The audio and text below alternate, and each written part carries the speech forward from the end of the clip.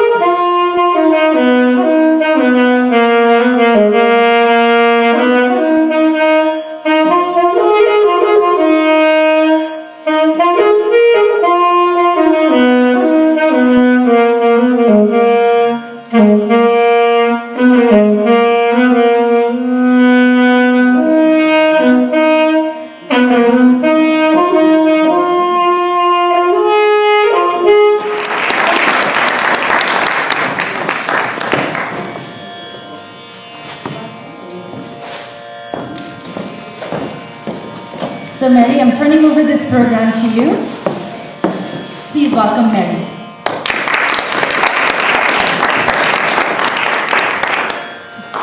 Thank you, Viva.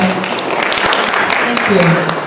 I know that we have a number of very important people here, which is every single one of you, who are all very critical to us, and I welcome you on behalf of Victim Services Center, and I want to thank you so much for taking the time this afternoon to give us your presence so that we can share a very important resource to your community.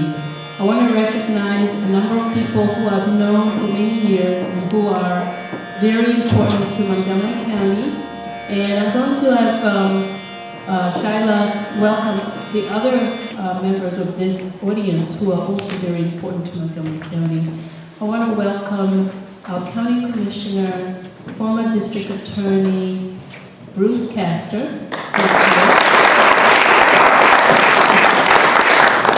Victim Services Center is a nonprofit organization that serves all of Montgomery County. Montgomery County is the second largest county in the 67 counties of Pennsylvania. I think if I'm wrong, the third, okay. Well, in my book it's the second. Anyway, but Bruce corrected me. 800,000 population? Okay. And I also was told that it's the one region in this area that has the largest number of individuals who are immigrants who are foreign born. The reason we have this program is because it's been really recognized throughout the United States that we need to reach communities that are not aware of resources that are important for them to know. I was talking to Shaila's sister-in-law, who is a physician in Washington, D.C., and I said to her, you know, we want people to know, just like they would know there's a hospital, there is a police department, and we have, is it Lower Providence, right? Upper Providence. I mixed the Providences that I got here, yeah. Upper Providence Police Department here, Lisa is representing them. We want people to know that we're here as a resource. So that's a very important thing, and that's the reason why we're here. So Shaila, who has been working in the community, was somebody that we felt would be a good person to lead this community project and help us to spread the word. She already was doing it as a grassroots individual from her heart, from her own personal resources, and what we've done really is to create a position that will be under the auspices of the agency, but to serve and to help and to spread the word. Before I conclude, I just want to let you know that our program committee members are very important, and they were personally recruited by me to make sure that we are advised and guided by people in the community who understand the community and also who can spread the word. But we need a few guys in this committee. So I see that there are a number of guys here. So before you leave today, we need you to make a commitment that, yes, I'm on. I am coming to help. All right?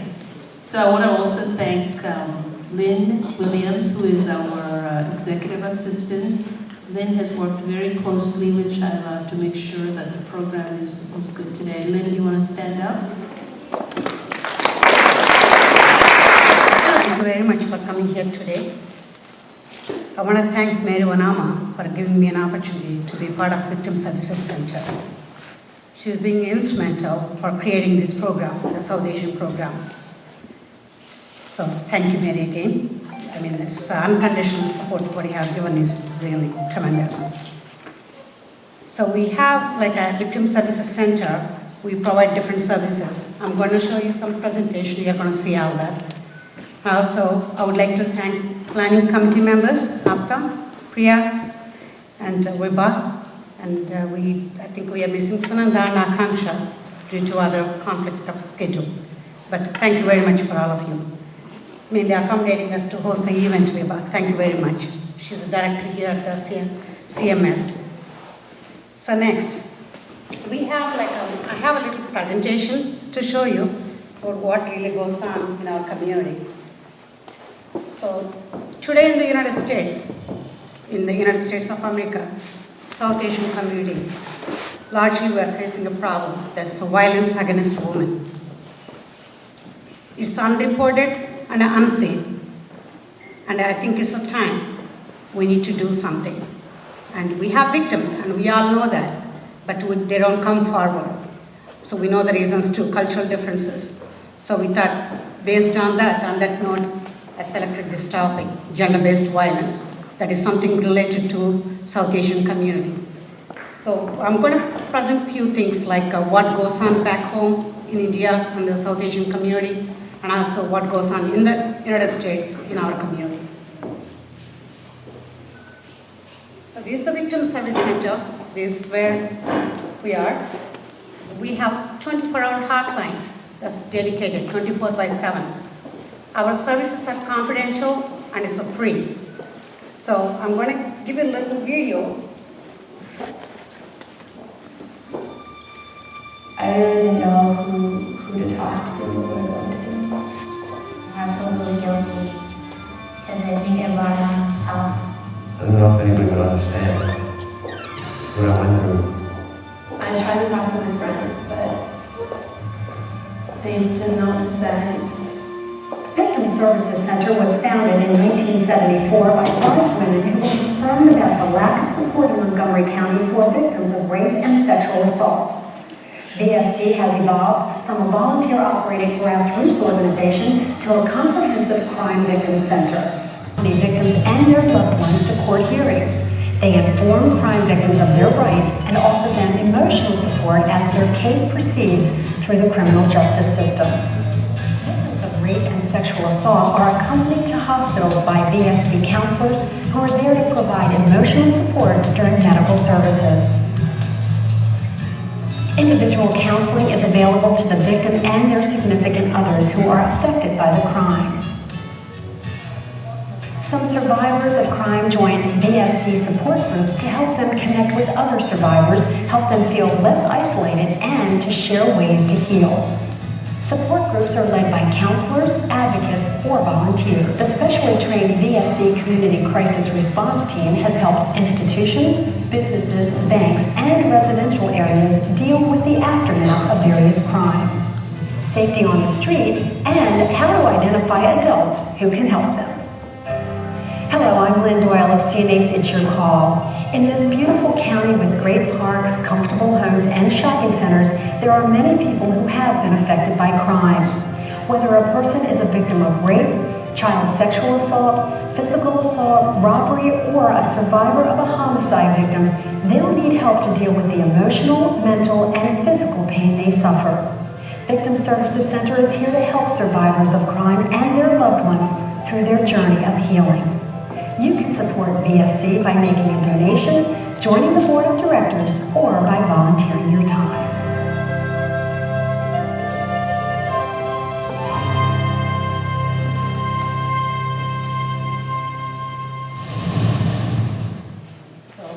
This is today's overview of the topics, what we are talking. So just the definition of what is gender-based violence and how often it happens, how does it impact the individual or community, what are the barriers and how to eliminate and support and prevention. So what is gender-based violence? Gender-based violence is nothing but like a violence against women. That's understood as a violation of human rights. So that could be discrimination against women, or shall mean all acts of gender-based violence that result in or likely to result in physical, sexual, or psychological, economic harm or suffering to women, including threats such as coercion or arbitrary deprivation of liberty, whether occurring in public or private life. Still, that's considered as a gender-based violence. So now we are going to see what kind of violence we are talking about. So these are some of the examples you can see. This is globally. You can see some of them like human trafficking and forced prostitution. That's more higher in the Asian continent. If you come down, you see obstetric violence, breast ironing, female genital mutilation. That's higher or more in African continent. So rest of them, women are victims everywhere in every continent. Next, these are some statistics globally, what goes around now, how the prevalence rates. 1 in 3 women experience violence in her lifetime, either physically or sexually. Half of those women are killed by the same intimate partner or a family member or someone close to her. 700 million women who are 18 or younger alive today, they're married when they're below 18 years old. 15 years old or younger, that's 250 million. So children having children. So that's what it's going to lead to. You can see that. Now, this is in India. I know we have other countries, subcontinents in India, but I do not have accurate numbers. So that's why I picked India. The NCRB, the National Crime Bureau of India, releases all kind of data, so which I'm going to show you next slide. So some of them, I'm sure most of you can get connected. What is dowry deaths in India, Indian community and the Indian subcontinent. But for people here, dowry is like something like when a girl getting married, the time of the marriage, she's supposed to carry either estate or a jewelry or gifts. In order to get married, she needs to offer to boy's family. So if they could not fulfill it or they could not honor or whatever the request from the boy's family, then the harassment starts after the marriage. Sometimes they can burn her alive to death, or they will harass her physically or psychologically where she commits a suicide. So according to 2012, there are about 8,233 cases reported. Just reported. That means the research also shows there's 4 times more, but it's not reported. Honor killings. Honor killings is mostly, it happens in the northern part of India. We have like UP, Bihar, those places. They're like, we have a caste system in India. If the higher caste girl likes somebody below her caste or below her socioeconomic status, she will be killed by her own family, by her father or a brother, in the name of honor, because she disowned the family. So that's another thing. And if you come down, the female feticide. When a woman gets pregnant, in-laws or a husband take her to the obstetrician to get the checkup done. In the ultrasound, if they come to know it's a female fetus, they get aborted because females are liabilities. So that's what it is, female feticide. Which here we go to the doctor for the well-being of the child, but there, it's unfortunately, babies are dying. As of today, I saw an article in Hindu, actually today, there are about every 1,000 men, there are 829 women right now in India. That means female population is going down. They have laws, but nothing works. They know how to get around. They can bribe and get it done. The gender revealing is illegal. And also same thing with the dowry deaths. Offering dowry or receiving the dowry, also illegal. But still, if you want your child to get married, you have to offer that. Next, acid throwing. Acid throwing is like if a girl rejects a boy, then the boy takes out of the revenge, he throws the acid on her face or her body to disfigure her or to make her ugly. So in 2010, there are about 27 deaths reported. There could be more unreported. And also we have thousands of people who are victims, surviving victims, and they're seeking for the support groups. Since the last 4 years, I think the number has gone up almost 3 times. So that's another problem which is really affecting. Human trafficking. So they abduct female girls, mainly Bhutan, Nepal, and northern part of India. It's all over the India. Underprivileged children. Or some people even are trying to give up the children for little money, and they force them to prostitution. So this is from the, as I said, the NCRB, National Crime Bureau of India. It's a 2013 data. As you can see, domestic violence, molestation, kidnapping, and everything. Rape, they expected 4 times more actual cases. But right now, that's what reported. So you can see 309, 546, 309,000. So the same equal number, there is the unreported cases in silent. So you're talking about 620,000 cases. That's according to the Indian Crime Bureau reports. So now, let's come back home. Now, what goes on in the United States? Every 90 seconds, someone is sexually assaulted in the United States.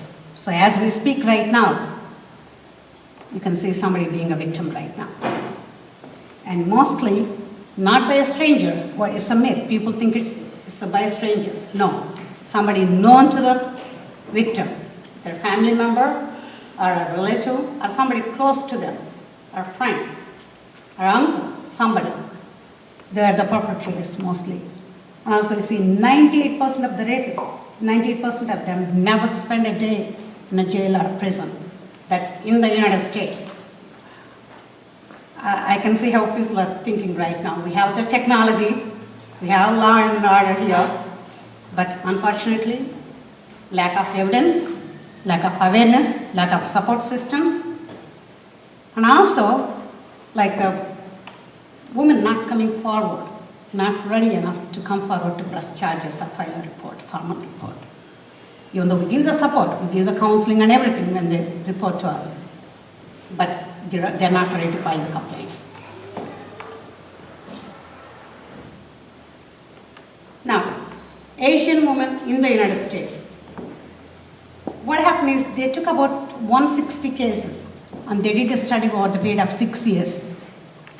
Look at the results. There are about 226 fatalities. These are real. This is research and it's proven, and look at that. Children also, 10% of them are children, 18% suicide deaths. Children walking in, finding their parents' dead bodies, or mom. Suicide deaths. Women being again, dowry harassment, domestic violence, they could not take it anymore. You can see them, total number of calls received, the services provided. And other crimes, they are like larceny theft, property crimes, or burglary. Now, this is the total US population by the community. So if you look at the Caucasians, they make 64% of the total US population. Thus, as of 2010, there were 309 million population closely. In that, 64% Caucasian. Violence against women reported in that community is 21.3. Now, coming to Hispanics, they make up 16% of our population, total population in the United States.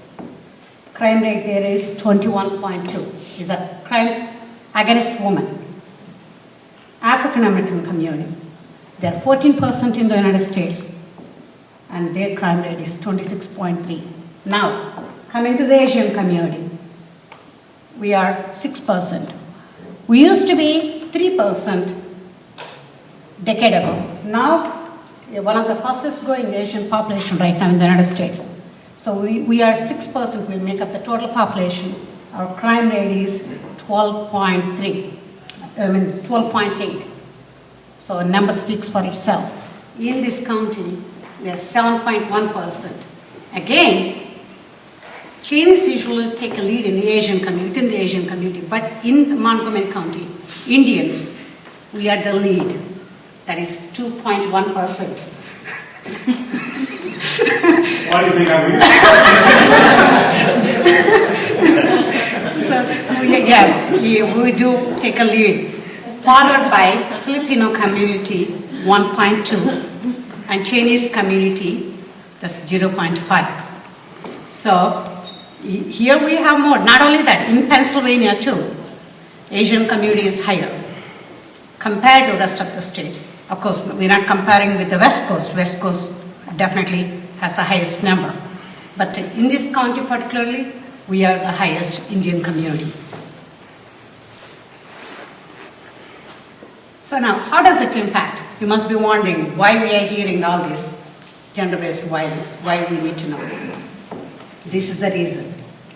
You can see physical injury that can cause death, post-traumatic stress disorder, depression and fear, suicide, which I just said already in my example, economic suffering, and it affects on children, their social, emotional, or psychological developments. Mostly, the most dangerous thing is builds a cycle of violence in generations. That is the most dangerous thing. Barriers. What's stopping them to come for the service? We know we have people here. Population is here. And also we know there's a crime happening. The reports shows that. But why they're not coming forward for any help? Other communities do, but not our communities. What's stopping them? Number one, adapting to foreign land. Language barrier, fear of authority and intimidation. Cultural differences, immigration issues, psychological abuse by offender, like emotional blackmailing them.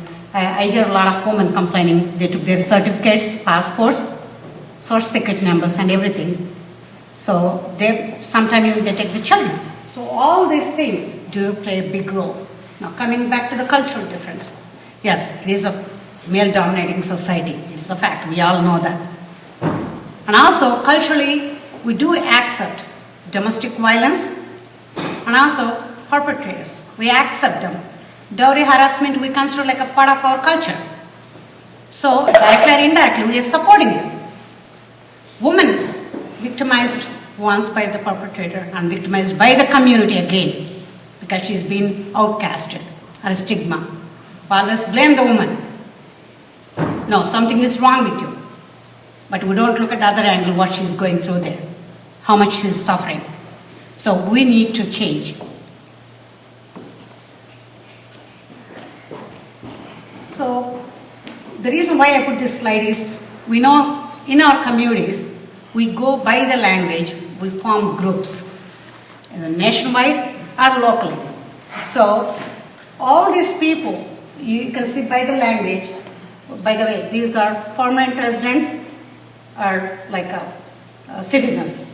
They are not students or temporary workers. So these numbers, you can get them connected by language.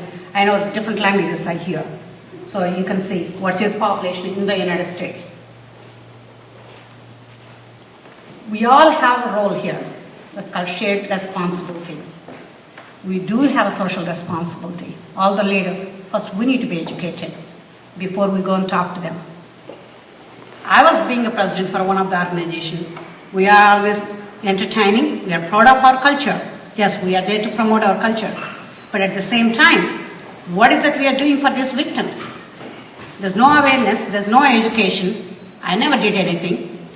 The same thing, I never heard anybody doing anything. So it's time everybody to think about it and doing something and moving in that direction. We have to, because the community leaders have to be involved. Then only we can bring a change. We are ready. We will come. You have an event or a small group or bigger group, it doesn't matter. We are ready to come there to let you know services are free and it's a confidential. All you have to is pick up the phone and call. So then we'll decide if there's something we can do it, we can refer them to the other sister organizations. So let's all take a role. And also in our community we do have another thing. We need to develop programs ethnically to bring the awareness. And also we need to campaign to change our cultural norms that promotes violence, like a dowry. We need to be sensitive towards the victims. And also we should know, as a leader, we all need to know how to respond when somebody pick up the phone and call, or hear somebody is suffering. We need to know how to respond to them. Unless you're being sensitive, you cannot do that. We accommodate film actors, we accommodate politicians, but we don't take care of our own woman. Why not? Now, so together, we all can make a difference. Everyone can make a difference in this room. Let us save some lives. Thank you very much.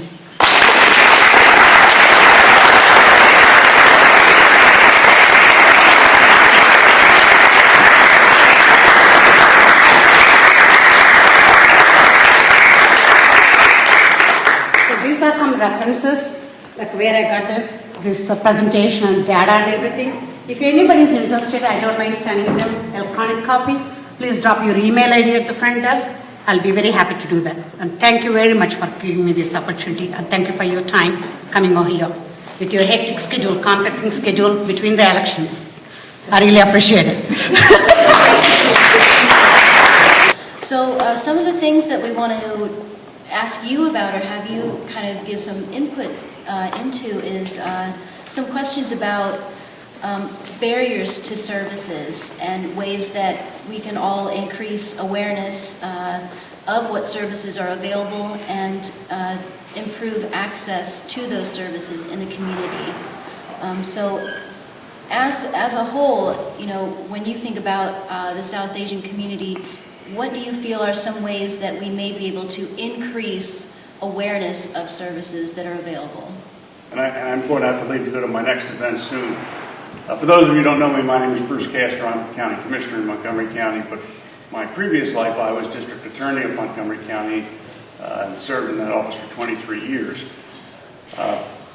Just by chance, I came in contact with the Korean community because one of my assistants in the DA's office was a very, very capable prosecutor, and he came to me and told me that there were cultural barriers that were keeping victims of crime in the Korean community from reporting. And his suggestion was, and we ultimately adopted it, that he would go out into the community and help me identify people who could operate as conduits from the DA's office, from law enforcement, into the community, using the Korean newspapers and also churches and things that groups like that. And those people then would be identified within the community as conduits back to law enforcement and back to me. And then I would meet with them periodically. I have to say I'm embarrassed, but it never occurred to me to extend it beyond that because no one asked me to. So one of the problems that we had is that in law enforcement, the top guy, the DA, did not know about this. That was why I made a special effort to be here today when I saw that Victim Services Center was tackling this problem. So one thing that I would like to challenge the new organizer in this area for victim services to do is to help identify within the South Asian community individuals who would be that person or persons that could occupy that role of being my conduit to them and their conduit to me. If we're able to identify those people, I could then put together some sort of a panel or a committee or an advisory group. I was sitting here thinking about maybe we could bring the police chiefs in, members of the Police Chiefs Association, so that there was some kind of a comfort level that was developed between law enforcement and the various communities, so that, and this has continued since I left the DA's office, members of the Korean community that were my conduits, now they contact me in my role as commissioner or in my role as a private lawyer when a member of the community needs my help. And there's a trust level that builds up there. So the first idea I have to address the problem that you're discussing is among this group and the greater group that is not fully represented here, identify those people, get them to the Victim Services Center, and then we can take it from there, because those are eye-opening statistics. I only dealt with it in the Korean community because that was the only one I knew about. And this is the first that I'm learning of this particular issue being more widespread. So with that, I'll challenge you to do those things, and then hopefully we can get this moving in the right direction. Certainly now you can use me as a conduit with the government, but certainly it needs to be bigger. Thank you. Thank you for having me. They get tricked into sending their children into what they think are work situations, and then they wind up at brothels, usually in India, and they have them as guards at the borders, and it's a very successful group. So it's just something to look into. One of the things I wanted to bring up is I work with a lot of nursing homes, and with staff who live in areas where they have been attacked themselves. We have a nursing home that was a mile away from where a woman was abducted and molested, and they found her because she threw her cell phone out of the car, and they got her back from Maryland. First of all, I want to congratulate Shaila and Mary, whom I've known 20 years maybe. Yeah. Tremendous job, I think, it's an eye-opener. Of course, we from South Asia, sometimes, are the greatest pretenders. And I think part of the problem is most of us are highly educated. And there's a lot of denial, like what you said. We as a pediatrician, you are in intimate contact with parents. And sometimes the mothers will come and tell us that they dare not tell to anybody else. The opportunity to be your Montgomery County Commissioner, and my big emphasis and focus really was on the nonprofits and in the communities and the agencies in which really helped our residents.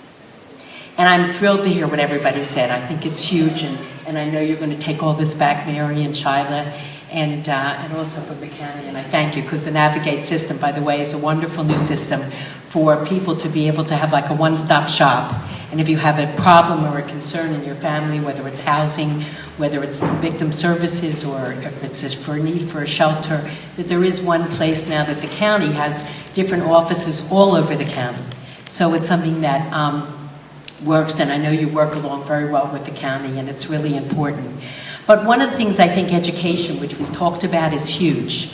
That whether it's with the police force or the DA's office and all the different areas, and the cultural difference that we talked about today, and as well as the language barriers, which are really huge.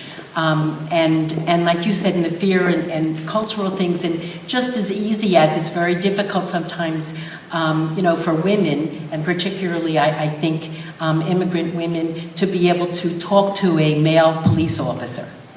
And so we really have to educate. Thank you very much. I'm a little overdressed. As I was saying, I just came from a wedding, but this was important, so I have to be here. Thank you, Mary. You're doing a great job. I think the initiative the County Victim Services has taken by having Shaila on board will go a long way in reaching out to the South Asian community. In my line of work, and as an immigrant, I do see there are issues that are often left unaddressed, and this is a step in the right direction. I just hope everybody who is here can take the word back to their community, that we have resources right here in the county that they can approach without fear, without any kind of apprehension. There are people here who can help them, or if they cannot help themselves, they can lead them to an agency or a resource that can provide them with the help that they need. I will say that as a resident of Montgomery County, I've lived here for 23 plus years. Dr. Jairaj has lived here for, 40 years. I, in the last 23 years, has seen the county change so much. It has become so diverse. It's amazing. I mean, when I came here in 1992, if I went out dressed like this, I would be stared down. You cannot imagine. You couldn't wear a pantsuit in the law firm that I used to work at. And look at it now. I went like this to the mall because I had to pick something up before going to the wedding. And that's great. So Lifetime Achievement Award on 22nd of October. So congratulations, Dr. Jairaj, and it's now to the whole community.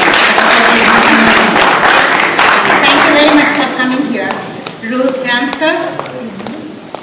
Thank you. Mr. Hilda. I know Mr. Hilda, probably, I don't know, I'm sure everybody knows him in the community. He is from Bangladesh.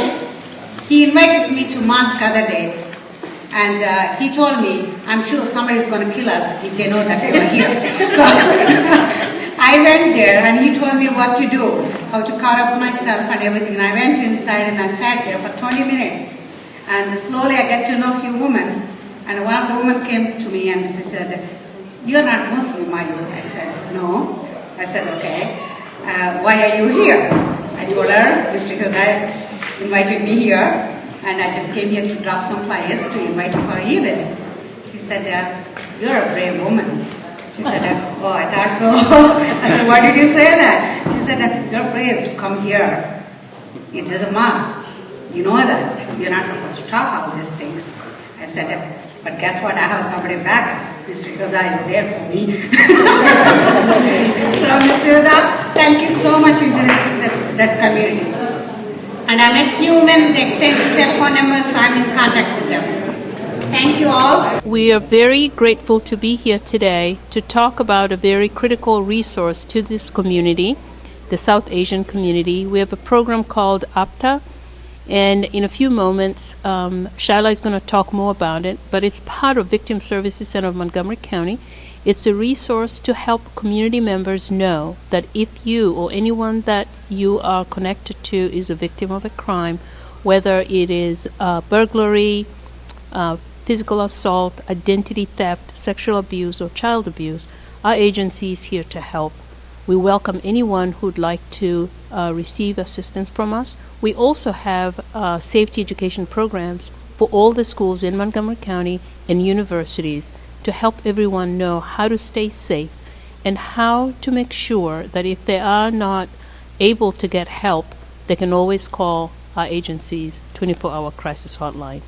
And thank you so much for having us on this channel, and we hope that the community will know we're here for you. నమస్కారం అండి, నా పేరు Mallik Buddhavarapu, local Telugu association president ఇక్కడ Philadelphia ఏరియాలో.